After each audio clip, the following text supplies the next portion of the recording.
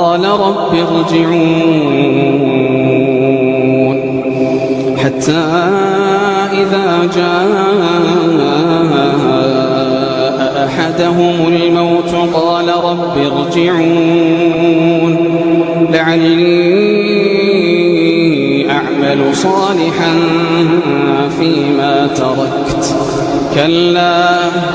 إنها كلمة هو قائلها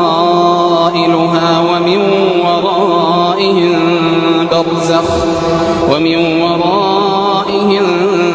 برزخ إلى يوم يبعثون